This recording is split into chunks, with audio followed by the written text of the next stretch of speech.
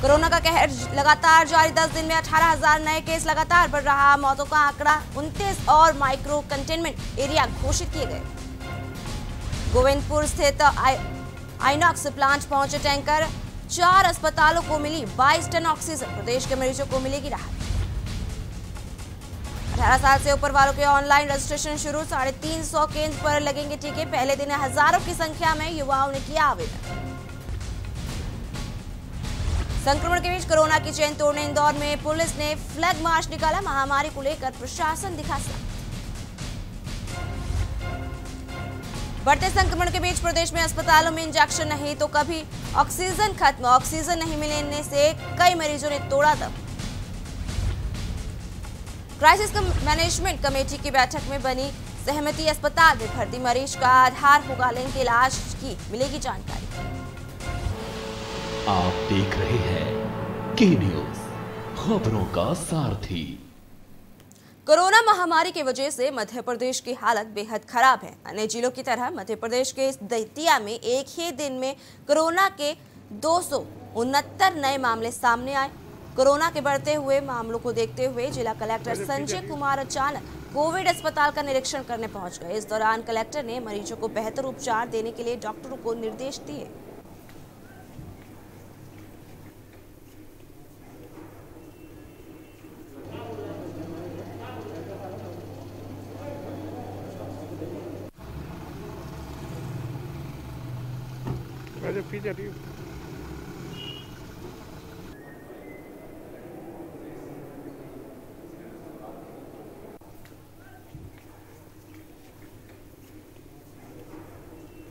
हमारे दतिया में प्रदेश में सबसे अच्छी व्यवस्था मैं कहूँ।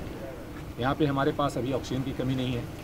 आपने देखा होगा कि ऑक्सीजन की क्या स्थिति पूरे प्रदेश में जगह जगह है। बाजू में ग्वालियर में क्या स्थिति, हमारे यहाँ आज तक कमी नहीं हुई और न होगी। हमारे यहाँ बेड की दुनिया में आपने बेड का कमी देखा, हमारे यहाँ बेड की भी मेडिकल कॉलेज है सौभाग्य से, उसके कारण दतिया में बहुत सुखी है। रतलाम जिले के सलवानिया में अचानक मौसम बदल गया और तेज आंधी चलने लगी, जिससे सलवानिया निवासी रामा तोलिया का मकान क्षतिग्रस्त हो गया। आपको बता दें कि रतलाम जिले के आसपास के क्षेत्रों में करीब 4 बजे अचानक मौसम बदल गया और जोरदार आंधी आने लगी, जिससे रामा तोलिया की मकान में लगा चद्दर निकलकर काफी दूर जा गिरा।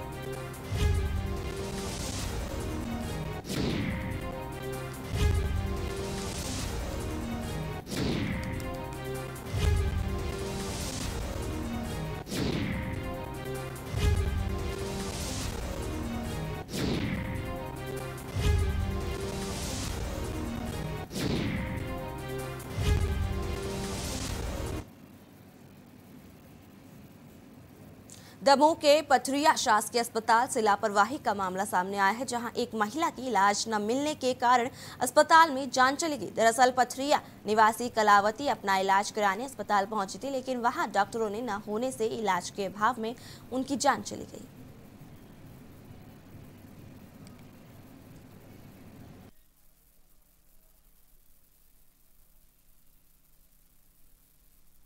ये इनका नवाजी सकारात्मक बात के नाम किया गया। और मैं अभी 1 घंटे पहले 6 बजे हॉस्पिटल लेके गया था, तो डॉक्टरों से बोला कि मुझे यहाँ एडमिट नहीं करना, लेकिन मुझे एम्बुलेंस की बोर्ड लिख के दिए थे ताकि मैं और किसी हॉस्पिटल ले जाऊँ। तो बोल रहे नहीं, वहाँ व्यवस्था नहीं, तो मैं यहीं दवाई करो, नहीं तो अपनी प्राइवेट हॉस्पिटल वो करो, एम्बुलेंस करो या गाड़ी करो। ये हुआ। उसके बाद जब उनकी डेथ हो गई तो 1 घंटे से वो बोल रहे हैं अपनी वो करो, अपना काम करके ले आना पड़ा। पेशेंट कलावती नाम करके पेशेंट आई थी 5:30 बजे। बहुत हालात बहुत ख़राब था, फिर भी मैंने उसको एडमिट करके इलाज किया, ऑक्सीजन लगाया, वाटर लगाया, इंजेक्शन लगाया। उसके बाद मैंने उनको दमोह ले जाने को बोला, बोलता नहीं। उसके बाद 15 मिनट बाद जब इतना दवाई करने के बाद 15 मिनट तो खत्म हो गई थी अस्पताल में। जब खत्म हुई तो मैंने बता दिया मरीज खत्म हो गया है और उसको घर ले जा सकते हैं। मगर वो जब घर ले गया तो मेरे सारे के बारे में पूछा नहीं मेरे को कि क्या से ले जाए, कैसे ले जाए। तो मैंने फिर ध्यान नहीं दिया, फिर वो अपने हिसाब से जैसे भी ले गए, मेरे को पता नहीं। अब रुक करेंगे खबरें ताबड़तोड़। कोरोना से प्रदेश के हालात लगातार बिगड़ते जा रहे हैं। कोरोना की दूसरी लहर से छिंदवाड़ा जिला सबसे ज्यादा प्रभावित हो रहा है। कोरोना के बढ़ते मामलों से जिले में लगातार मौतें हो रही हैं। कोरोना के कारण छिंदवाड़ा में 5 पत्रकारों की भी मौत हो चुकी है, जिसको देखते हुए छिंदवाड़ा के पत्रकारों ने एकजुट होकर राज्यपाल और मुख्यमंत्री के नाम अतिरिक्त कलेक्टर को ज्ञापन सौंपा है। इस दौरान उन्होंने कोरोना से मरने वाले पत्रकारों को कोरोना वॉरियर से सम्मानित करने एवं उनके लिए मुआवजे की मांग की है। साथ ही उन्होंने पत्रकारों को बेहतर उपचार देने की मांग भी की।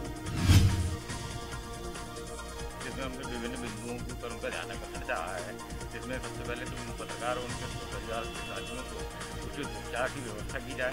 दूसरे जो पत्रकार साथी हमारे समय चले गए हैं हमारे बीच से, उनके परिवार को आर्थिक रूप से तत्काल मदद की जाए।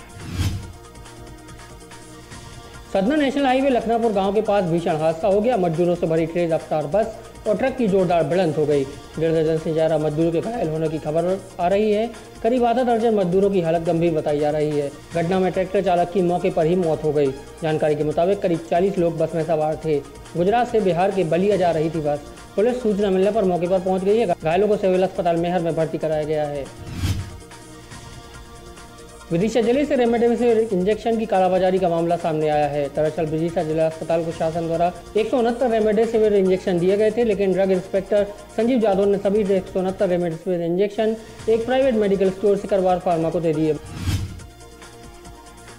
मामले की जानकारी लगते ही कलेक्टर ने जांच के आदेश दिए, जिसमें पाया गया कि ड्रग इंस्पेक्टर ने बिना किसी को बताए इसे 169 रेमडेसिविर इंजेक्शन सिकरवार फॉर्म को दे दिए हैं। वहीं संयुक्त कलेक्टर ने मामले से जुड़ी रिपोर्ट संभाग आयुक्त को सौंप दी है। फिलहाल ड्रग इंस्पेक्टर से पूछताछ की जा रही है। छतरपुर विधायक आलोक चतुर्वेदी जिला अस्पताल के कोविड वार्ड का निरीक्षण करने पहुंचे। इस दौरान उन्होंने कोविड वार्ड में भर्ती मरीजों से बात कर उनका हालचाल जाना और उन्हें हर संभव मदद एवं बेहतर उपचार देने की बात कही। वहीं विधायक आलोक चतुर्वेदी को कोविड सेंटर में कुछ अव्यवस्थाओं की शिकायत भी मिली थी, जिसको लेकर उन्होंने अस्पताल प्रबंधन को जल्द से जल्द उन्हें ठीक कराने के निर्देश भी दिए। भोजन व्यवस्था संचालित जो हो रही है उसमें थोड़ी सी कमी है, कोई बहुत बड़ी कमी नहीं है, उसको कल तक सुधार लिया जाएगा। खड़े हुए हैं छतरपुर के जिला अस्पताल के कोविड वार्ड में, जहां पर मरीज कोविड के भर्ती हैं। यहां पर आईसीयू के जो पलंग हैं, 12 पलंग हैं, यहां पर पूरे भरे हुए हैं। यहां पर व्यवस्थाएं जिला प्रशासन के द्वारा की गई हैं। राजेंद्र नगर थाना प्रभारी अमृता सोलंकी द्वारा एक युवक को बुरी तरह पीटने का वीडियो वायरल हो रहा है। फिलहाल मामले में ज्यादा जानकारी नहीं लग पाई है कि युवक को क्यों पीटा जा रहा है। आपको बता दें कि पिछले साल भी अमृता सोलंकी का एक वीडियो वायरल हुआ था, जिसमें वे मंदिर के पुजारियों को लॉकडाउन का उल्लंघन करने पर जमकर पीटती नजर आई थी। मुख्यमंत्री शिवराज सिंह चौहान बीना रिफाइनरी के पास बन रहे 1000 बेड के कोविड केयर सेंटर का भूमि पूजन करने पहुंचे थे।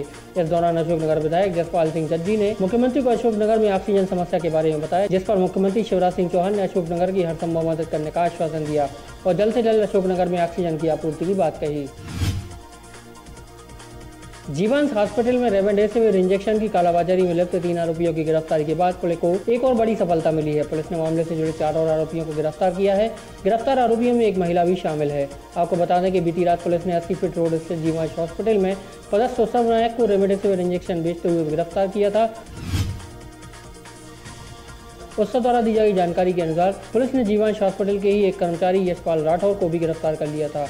जिसके बाद पुलिस ने दोबारा उससे पूछताछ की, जिसमें उन्होंने मामले से जुड़े 4 लोगों के नाम बताए, जिस पर कार्रवाई करते हुए पुलिस ने 4 आरोपियों को गिरफ्तार कर लिया है।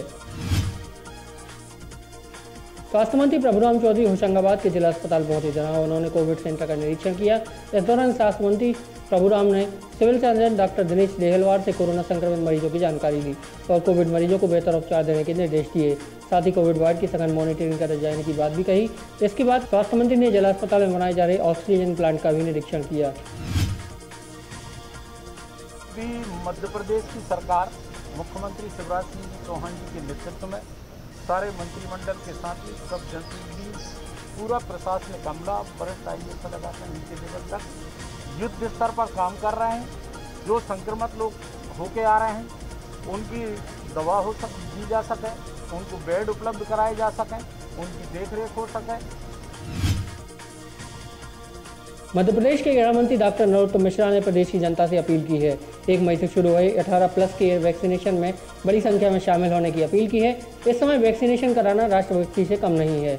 दिग्विजय सिंह के ट्वीट और जीतू पटवारी के पत्र पर पलटवार किया है। ये लोग केवल ट्वीट और पत्र की राजनीति करते हैं। ऑक्सीजन की पूर्ति को लेकर गृह मंत्री डॉक्टर नरोत्तम मिश्रा ने कहा कि प्रदेश में बड़ी मात्रा में ऑक्सीजन की उपलब्धता हो रही है। अब लगातार ऑक्सीजन मिलने से मरीजों को राहत मिल रही है। वहीं कांग्रेस पर आरोप लगाते हुए कहा कि कोरोना की महामारी के समय भी राजनीति कर रहे हैं, घरों से बाहर नहीं निकल रहे, जनता इन्हें माफ नहीं करेगी। जब राहुल गांधी जी ट्वीट कर सकते हैं, सोनिया गांधी जी मान नहीं कर सकती, तो वो भी यही करेंगे, बाकी कुछ कर ही नहीं सकती। उनका योगदान सिर्फ इतना है, लेटर पे, पेपर पे, ट्विटर पे, इतना ही योगदान कांग्रेस का इस आपदा में है। इतिहास कभी माफ नहीं करेगा कांग्रेस को मित्रों। आप देखना, एक जना कहीं अस्पताल में नहीं दिख रहा, एक जना सिंगल, एक जना कहीं मैदान में नहीं दिख रहा, एक जना कहीं कोई कोविड सेंटर में दिख नहीं रहा, खोल नहीं रहा। जैसे हमारे आरएसएस ने, संघ ने पूरे प्रदेश के अंदर, देश के अंदर अपने अपने सेंटर चालू कर दिए। बैतूल के मोबाइल शॉप में भीषण आग लग गई, लाखों का इलेक्ट्रिक सामान और महंगे मोबाइल जलकर खाक हो गए। जानकारी के मुताबिक शॉर्ट सर्किट से आग भड़की थी। ग्रामीणों ने ही मिलकर आग को बुझाया। आसपास की 15 से ज्यादा दुकानों को आग से बचाया गया। ये घटना भैंसदेही थाना क्षेत्र के सांवल मेला गाँव की बताई जा रही है। कोरोना के बढ़ते मामलों की रोकथाम के लिए हरदा पुलिस अधीक्षक के आदेश पर जिले में जगह जगह रोको टोको अभियान के तहत लोगों को मास्क लगाने और सोशल डिस्टेंसिंग का पालन करने की समझाइश दी जा रही है। साथ ही जो लोग बेवजह सड़कों पर घूमते मिल रहे हैं, उन पर चालानी कार्रवाई भी की जा रही है। इसी के साथ पुलिस प्रशासन द्वारा 45 वर्ष की आयु से ज्यादा उम्र के लोगों से वैक्सीन लगवाने की अपील भी की जा रही है। कोरोना संक्रमण के बढ़ते मामलों को देखते हुए चिकित्सा शिक्षा मंत्री विश्वास सारंग ने प्रेस वार्ता की। प्रेस वार्ता के दौरान चिकित्सा शिक्षा मंत्री ने कहा कि प्रदेश में कोरोना की रफ्तार पहले से कुछ कम हुई है। उन्होंने कहा कि कोरोना की चेन को तोड़ने के लिए कोरोना कर्फ्यू का सख्ती से पालन करना होगा। इसी के साथ चिकित्सा शिक्षा मंत्री विश्वास सारंग ने सभी से अपील करते हुए कहा कि जब तक कोई बहुत जरूरी काम न हो तब तक घरों से बाहर न निकले। चिकित्सा शिक्षा मंत्री विश्वास सारंग राजधानी भोपाल के हमीदिया अस्पताल में कोविड सेंटर का निरीक्षण करने पहुंचे। इस दौरान उन्होंने कोविड सेंटर में स्वास्थ्य व्यवस्थाओं का जायजा लिया। विश्वास सारंग ने बताया कि हमीदिया अस्पताल के कोविड सेंटर में 680 बेड की व्यवस्था की गई है, जिसमें से 632 पर मरीज भर्ती हैं और 320 ICU वार्ड में भर्ती हैं। इसी के साथ उन्होंने बताया कि सरकार ने कुछ दिन पहले एक योजना शुरू की थी, जिसके माध्यम से हम कोविड मरीजों के उनके परिजनों से दिन में एक बार वीडियो कॉल पर बात करते हैं। लगातार हम मध्य प्रदेश में कोरोना के जो संक्रमित हैं उनका इलाज सुचारू हो सके इसके प्रयास कर रहे हैं। आज मैंने गांधी मेडिकल कॉलेज के हमीदिया अस्पताल का दौरा किया और इस बात की बहुत संतुष्टि है कि राजधानी के मेडिकल कॉलेज में हम 680 बिस्तर कोरोना के डेडिकेटेड संचालित कर रहे हैं। रतलाम जिले के सलवानिया में अचानक मौसम बदल गया और तेज आंधी चलने लगी, जिससे सलवानिया निवासी रामातौलिया का मकान क्षतिग्रस्त हो गया। आपको बता दें कि रतलाम जिले के आसपास के क्षेत्रों में करीब 4 बजे अचानक मौसम बदल गया और जोरदार आंधी चलने लगी, जिससे रामातौलिया की मकान में लगा चद्दर निकलकर काफी दूर जा गिरा। विदिशा जिले में कोरोना के मामले लगातार बढ़ते जा रहे हैं। कोरोना से पूरे जिले का हाल बेहाल हो गया है। कोरोना की रोकथाम के लिए शासन प्रशासन भरसक प्रयास कर रहा है। उसी कड़ी में आज विदिशा जिले के गंजबासौदा विधायक लीना संजय जैन ने आज सड़कों पर उतरकर लोगों से घरों में रहने और कोरोना गाइडलाइन का पालन करने की अपील की। मुरैना में कोरोना कर्फ्यू की जमकर धज्जियां उड़ाई जा रही हैं। मुरैना में पुलिस प्रशासन और जिला प्रशासन कोरोना कर्फ्यू का पालन करवाने में असमर्थ साबित हो रहा है। मुरैना शहर का सदर बाजार सुबह से खुला, साथ में शहर के अन्य बाजार भी खुले हैं। जिला प्रशासन और पुलिस प्रशासन दुकानदारों और राहगीरों के खिलाफ कोई कार्रवाई नहीं कर रहा है, जिससे कोरोना संक्रमण फैलने का खतरा लगातार बना हुआ है। एक दुकान में 20 से ज्यादा लोगों का जमघट बना हुआ है। लोगों के आवागमन पर भी कोई रोक टोक नहीं है। पूरे दिन ऐसे ही बाजार चलता रहता है। वहीं पुलिस प्रशासन मूक दर्शक बना बैठा है। विदिशा जिले के शमशाबाद में एक अनोखी पहल देखने को मिली, जहां एक व्हाट्सएप ग्रुप की सहायता से शमशाबाद शासकीय अस्पताल को ऑक्सीजन मशीन भेंट की गई। दरअसल शमशाबाद निवासी महेंद्र प्रताप सिंह ने व्हाट्सएप ग्रुप शमशाबाद हलचल के एडमिन पत्रकार ईश्वरी से नगर में हो रही ऑक्सीजन की समस्या को लेकर बात की, जिसको लेकर उन्होंने अपने व्हाट्सएप ग्रुप से सहायता मांगी। जिसके बाद उन्हें ग्रुप से 75,000 रुपये की सहायता मिली, जिससे भोपाल जाकर ऑक्सीजन मशीन खरीदी गई और अस्पताल को भेंट कर दी गई। देश भर में कोरोना की बढ़ती हुई रफ्तार से कोहराम मचा हुआ है। मध्य प्रदेश के हालात भी बहुत खराब हैं। अन्य जिलों की तरह मध्य प्रदेश के दतिया में एक ही दिन में कोरोना के 269 नए मामले सामने आए हैं। कोरोना के बढ़ते हुए मामलों को देखते हुए जिला कलेक्टर संजय कुमार अचानक कोविड अस्पताल का निरीक्षण करने पहुंचे। इस दौरान कलेक्टर ने मरीजों की बेहतर उपचार देने के लिए डॉक्टरों को दिशा निर्देश दिए। जिस किसी को भी डाउट है, लक्षण है, सिम्टम्स दिख रहे हैं, या कि फिर आपने टेस्ट करा लिया। सबको अपने घरों में एकांत में रहना साथ बहुत आसान उपाय है। दमोह के पथरिया शासकीय अस्पताल से लापरवाही का मामला सामने आया है, जहां एक महिला की इलाज न मिलने के कारण अस्पताल में जान चली गई। दरअसल पथरिया निवासी कलावती अपना इलाज कराने अस्पताल पहुंची थी, लेकिन वहां डॉक्टरों के न होने से इलाज के अभाव में उसकी जान चली गई। इस परिस्थिति में अस्पताल लेके आया, यहाँ पर कोई हेल्प नहीं की गई डॉक्टर के द्वारा। कोई जो खत्म हो गया उन्होंने बता दिया कि मरीज खत्म हो गया है और उसको घर ले आया, मगर वो जब घर ले गया तो मेरे को सारे बारे पूछा नहीं मेरे को कि क्या से ले गए, कैसे ले गए, तो मैंने फिर ध्यान नहीं दिया। आप देख रहे हैं के न्यूज, खबरों का सारथी।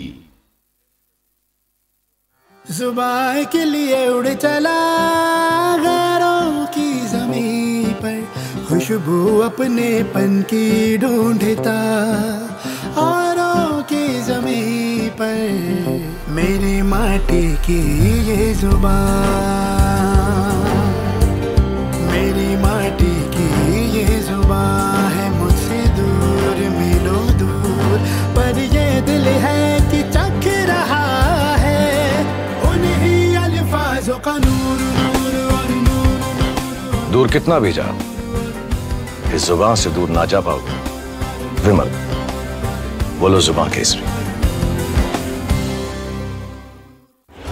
जब आपकी सोच को अंधेरा घेर लेता है और सिस्टम भी मुंह फेर लेता है, जब वादों की परतें खुलने लगती हैं और हारी उम्मीदों का ऊंचा ढेर लगता है, जब सड़क पर एड़ी की रगड़ देखकर अब तक जो भी हुआ सब बेअसर लगता है, तब चिंतन से डगर होगी आसान, मंथन से निकलेगा समाधान। मंथन। आप देख रहे हैं के न्यूज, खबरों का सारथी।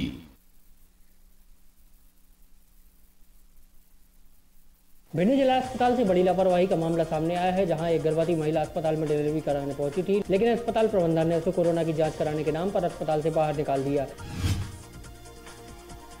जिसके बाद महिला की अस्पताल के बाहर ही सड़क पर ही डिलीवरी हो गई। महिला के परिजनों ने इसकी सूचना अस्पताल प्रबंधन को दी, लेकिन काफी समय के बाद भी किसी ने महिला की सुन नहीं ली और वह घंटों तक जमीन पर पड़ी रही। कोरोना कर्फ्यू के दौरान सड़क पर थूकने वालों पर प्रशासन ने सख्ती दिखाई है। सजा के तौर पर थूकने वालों से सड़क साफ कराई गई। थूक साफ कराने के बाद युवकों को मुर्गा भी बनाया गया। सफाई करने के बाद प्रशासन द्वारा लोगों को समझाइश भी दी गई। लोगों को बताया गया कि सार्वजनिक स्थानों पर न थूके, थूकने से कोरोना संक्रमण फैल सकता है। बड़ा मलहरा में सार्वजनिक स्थान पर थूकने वालों के खिलाफ प्रशासन ने मुहिम चलाई है। बता दें कि जिले में लगातार कोरोना संक्रमण बढ़ रहा है। अशोकनगर जिले में कोरोना के बढ़ते प्रकोप को देखते हुए राज्य मंत्री बृजेंद्र सिंह यादव ने शंकरपुर टोरिया बालिका छात्रावास में 100 बेड के कोविड केयर सेंटर का शुभारंभ किया। इस मौके पर कोरोना प्रभारी मंत्री बृजेंद्र यादव ने कहा कि संकट की घड़ी में लोगों के इलाज में कोई कमी नहीं आने दी जाएगी।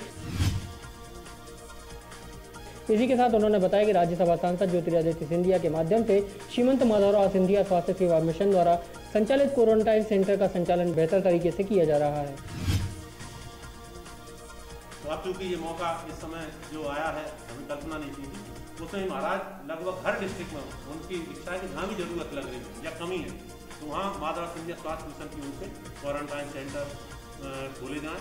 और इसमें सारी व्यवस्थाएं जो जैसे शासन की गाइडलाइन है उसी प्रकार जो भी क्वारंटाइन यहाँ पर होगा व्यक्ति, उसके लिए रहने की व्यवस्था, बढ़िया सारे पंखों की व्यवस्था है, लेटरिन बाथरूम पानी सारी व्यवस्थाएं बहुत अच्छी की है। छतरपुर जिले से बड़ी खबर सामने आई है। जिले की बागडोर संभालने वाले प्रशासनिक अधिकारियों की कोरोना रिपोर्ट पॉजिटिव आई है। आपको बता दें कि छतरपुर एसडीएम अविनाश रावत और छतरपुर तहसीलदार संजय शर्मा की कोरोना रिपोर्ट पॉजिटिव आई है। साथ ही छतरपुर पीएसपी लोकेन्द्र सिंह और नौगांव तहसीलदार की भी कोरोना रिपोर्ट पॉजिटिव आई है। छतरपुर जिले के छतरपुर शहर से इस वक्त की सबसे बड़ी खबर आ रही है कि छतरपुर एसडीएम अविनाश रावत और तहसीलदार संजय शर्मा की रिपोर्ट कोरोना संक्रमण के कारण पॉजिटिव आई हुई है। तो वहीं छतरपुर शहर के सीएसपी लोकेन्द्र सिंह और नौगांव तहसीलदार की रिपोर्ट भी कोरोना संक्रमण के कारण पॉजिटिव आई हुई है। बैतूल में कोरोना कर्फ्यू के बावजूद आधी रात को कुछ लोग ढाबे में पार्टी कर रहे थे, जहां अधिकारियों ने ढाबे पर दबिश दी। मौके से 6 युवकों को हिरासत में लिया गया है। युवकों सहित ढाबे के संचालक पर जुर्माना लगाया गया है। धारा 151 के तहत कार्रवाई की गई है। बता दें कि 3 मई की सुबह 6 बजे तक शहर में कोरोना कर्फ्यू लगाया गया है। विदिशा जिले में कोरोना आंकड़ा लगातार बढ़ता जा रहा है। पिछले 24 घंटे में मेडिकल कॉलेज में 19 लोगों की मौत हुई है। अब तक जिले में 230 लोगों की कोरोना के कारण मौत हो चुकी है। जिले में कल 1081 सैंपल लिए गए थे, जिसमें से विदिशा जिले में 206 लोगों की रिपोर्ट पॉजिटिव आई है। जिले में अब तक एक्टिव केस की संख्या 1820 हो गई है, तो वहीं कल 287 लोग कोरोना से जंग जीतकर अपने घर लौट गए हैं। मंडला पुलिस अधीक्षक यशपाल सिंह राजपूत जनता के साथ साथ पुलिस कर्मचारियों को भी कोविड संक्रमण से बचाने के भरसक प्रयास कर रहे हैं, जिसको लेकर पुलिस अधीक्षक के मार्गदर्शन में यातायात थाने में पदस्थ सूबेदार योगेश राजपूत ने जुगाड़ से भाप की मशीन बनाई है। चिकित्सकों की सलाह के अनुसार संक्रमण से बचने में भाप एक कारगर उपाय है। बता दें कि थाने में भाप लगाने की व्यवस्था 24 घंटे की गई है। इसी प्रकार की व्यवस्था कमलेश पात्र द्वारा पुलिस लाइन में भी की गई है। कुकर से एक व्यवस्था बनाई है, जिससे कि जो उसकी स्टीम है उसको पाइप के माध्यम से हम डायरेक्टली ले सकते हैं।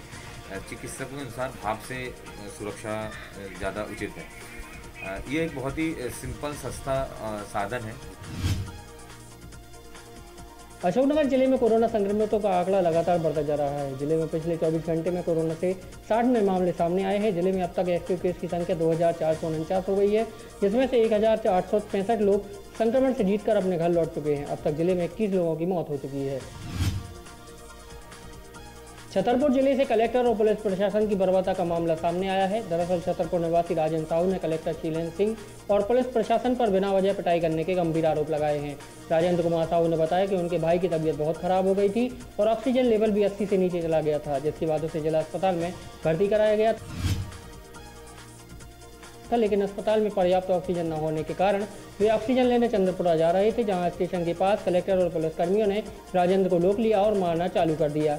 राजेंद्र कलेक्टर से गुहार लगाता रहा कि साहब मुझे जाने दीजिए, मेरा भाई अस्पताल में भर्ती है, मैं उसके लिए ऑक्सीजन लेने जा रहा हूं, लेकिन किसी ने उसकी एक भी नहीं सुनी, बस जमकर उसकी पिटाई करते रहे। ना सुनना है, ना किसी की परिस्थिति समझना है, कुछ नहीं सुनना है। केवल इनका एक ही काम है, प्रशासन का भय सभी को आ जाए, चाहे वो आदमी मर रहा हो तो वही मर जाए। मध्य प्रदेश के गृह मंत्री डॉक्टर नरोत्तम मिश्रा आज इंदौर पहुंचे, जहां उन्होंने मंत्रियों, सांसद, विधायक एवं वरिष्ठ अधिकारियों के साथ कोरोना को लेकर समीक्षा बैठक की। इसी के साथ गृह मंत्री मिश्रा ने इंदौर सेल्बी हॉस्पिटल के सहयोग से पुलिस कर्मियों के लिए बनाए गए कोविड अस्पताल का शुभारंभ भी किया। बता दें, कोविड सेंटर में सेल्बी हॉस्पिटल के डॉक्टरों द्वारा पुलिस कर्मियों का इलाज किया जाएगा। साथ ही गृह मंत्री डॉक्टर नरोत्तम मिश्रा ने पुलिस कंट्रोल रूम में पुलिस अधिकारियों पर ज्यादा से ज्यादा वैक्सीनेशन कराने के निर्देश भी दिए। काला बाजारी कोई भी करेगा वो एनएसए में राष्ट्रीय सुरक्षा कानून के तहत जेल में जाएगा। कोई भी कितना भी बड़ा हो बख्शा नहीं जाएगा। इन दिनों दमोह में प्राइवेट एम्बुलेंस चालक लोगों को खुलकर लूट रहे हैं। जहां पहले एम्बुलेंस दमोह से जबलपुर तक 3500 रुपए किराया लेती थी, तो वहीं अब 15 से 20 हजार रुपए तक किराया वसूला जा रहा है। जहां एक और पूरी दुनिया भारत को कोविड संकट से बाहर निकालने के लिए हर संभव मदद कर रही है, तो वहीं ऐसे लोग भी सामने आ रहे हैं जिन्हें दूसरों की परेशानी से कोई मतलब नहीं है, उन्हें तो बस अपनी जेबें भरने से मतलब है। मंडला जिले की नैनपुर तहसील के पास एक कार में अचानक आग लग गई और कुछ ही देर में कार धू-धू कर जलने लगी। कार में सवार लोगों ने कार से कूदकर अपनी जान बचाई। घटना की जानकारी दमकल विभाग को दी गई। मौके पर पहुंची दमकल की गाड़ियों ने आग पर काबू पाया।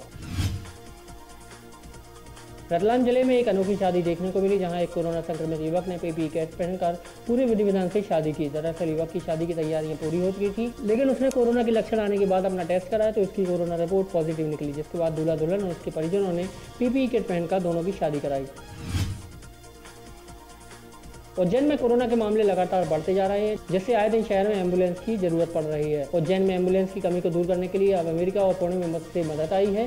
दरअसल उज्जैन में रहने वाले एक इंजीनियर जनक मांडे अपने अमेरिकी और पुणे में रहने वाले मित्र से फोन पर बात कर रहे थे।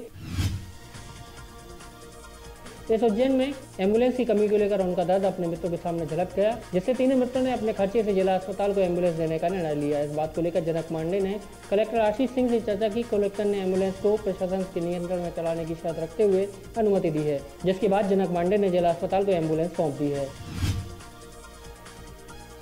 लोगों ने देखा कि शहर में एक बार मीडिया में फ़ोटो आया था ठेले पे किसी पेशेंट को ले जाते हुए, तो हमारी व्हाट्सएप चैट पे चर्चा हुई कि यदि अपन कुछ अपने शहर के लिए कर सकें तो अच्छा रहेगा। तो मेरे मित्र सौम्य, चेतन ने और हमने मिलके ये एम्बुलेंस 2 महीने के लिए प्रशासन को सेवा के लिए सौंपी है। यदि आगे भगवान महाकाल करे कोरोना जल्दी खत्म हो जाए, यदि आगे जरूरत पड़ती है तो और आगे भी बढ़ाएंगे। मेडिकल सर्विसेज और मोबिलिटी जो ज़रूरत है उसको ये पूर्ति करने के लिए एक अच्छी पहल है, एक अनुकरणीय पहल है।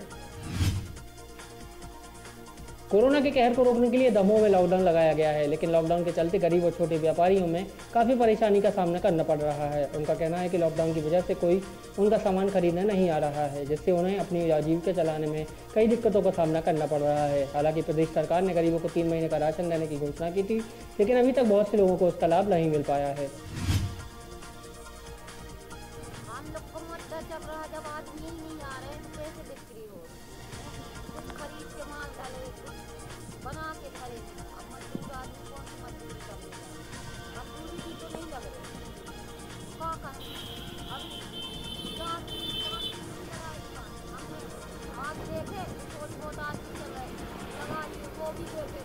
व्यवसाय मतलब ये चल ही नहीं रहा है, सरकार ने ऊपर से लॉकडाउन लगा दिया है।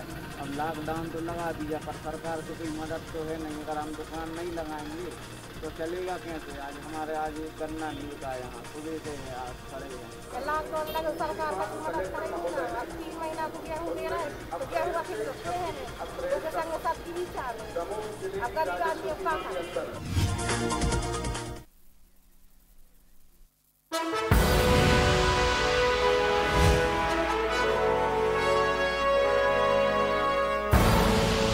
आप देख रहे हैं के न्यूज, खबरों का सारथी। खुदी को आजमाया है तो ये अंदाज आया है, खुदी को आजमाया है तो ये अंदाज आया है। तुम में भी मैं हूं, शुद्ध प्लस पान मसाला।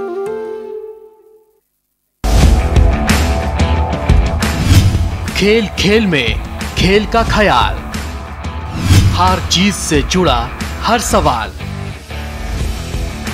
आईपीएल में कौन करेगा कमाल, मैच से मैदान तक सब कुछ देखिए अपरकट, दोपहर 2:30 बजे और शाम 6 बजे सिर्फ के न्यूज पर।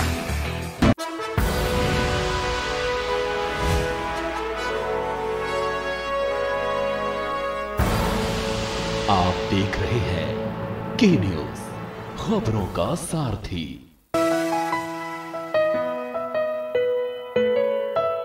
The academic session of 2021-2022 at City Montessori School is again virtually on.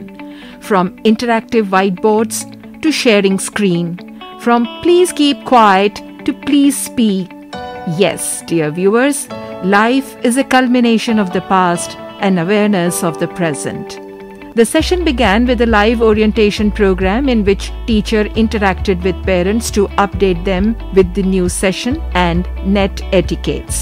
Children were welcomed in the new session via imaginatively designed prayers, virtual campus visits, etc.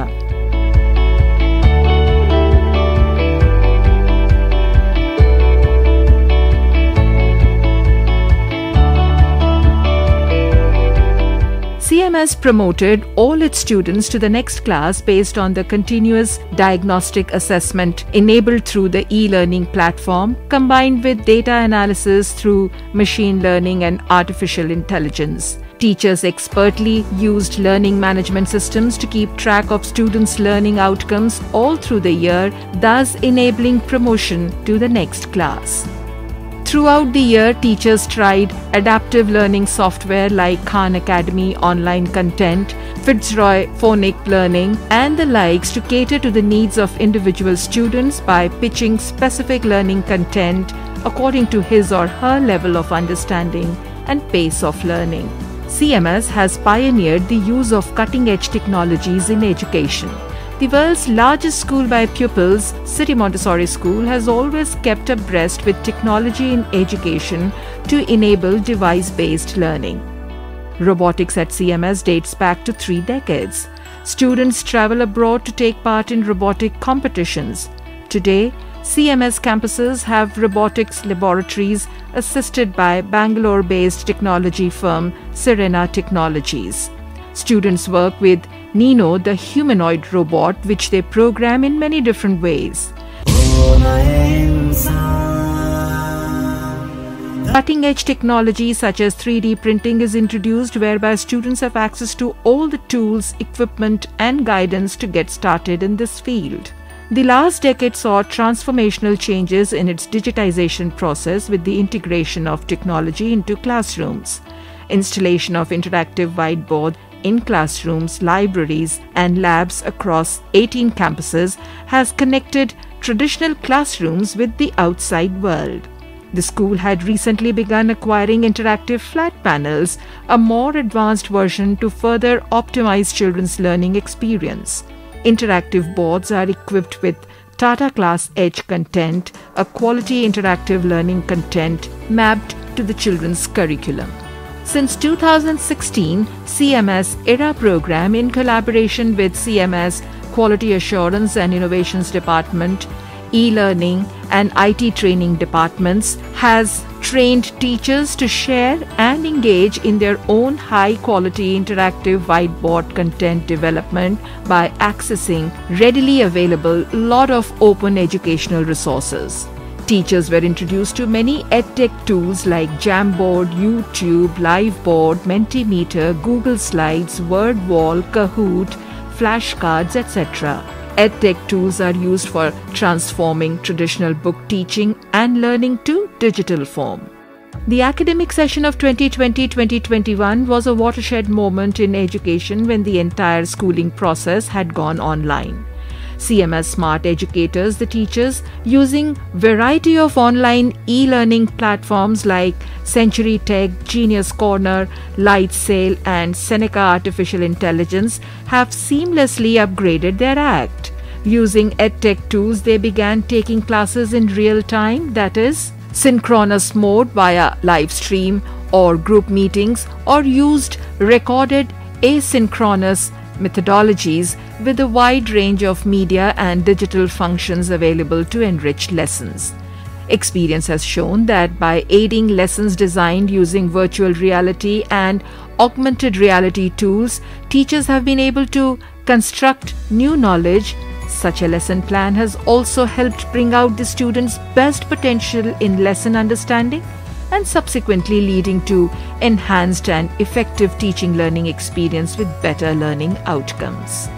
A new school ERP system has been put in use with powerful features not only to automate repetitive administrative tasks but also to enable advanced data collection and analysis across a range of child parameters that can be used to track and personalize a child's learning over time. The outcome of so much automation and technology deployment at CMS can be gauged through the feedback of satisfied parents. No matter how hard the past was, CMS today is once again equipped with knowledge and exposure in this changing world scenario, showcasing not just academic brilliance but also technological fluency. The City Montessori School has devised the distance learning program, which is done through the computers, and I think it is an innovation worth emulating by all the academic institutions so long as this pandemic is around. It is not possible for the children to attend the classes in person, so this program has been devised by the school management, and I compliment the school management led by Jagdish Gandhiji and Bharti Gandhiji and their president Mrs. Geeta Gandhi-Kington. I would like to appreciate the whole team of CMS. Completion of syllabus, teaching kids are also important. Given the options, if you see, we are having only other options, virtual classes, online classes, which CMS are imparting to our kids. CMS and its teachers responded very quickly and started classes on Zoom app and Google Classroom. Initially,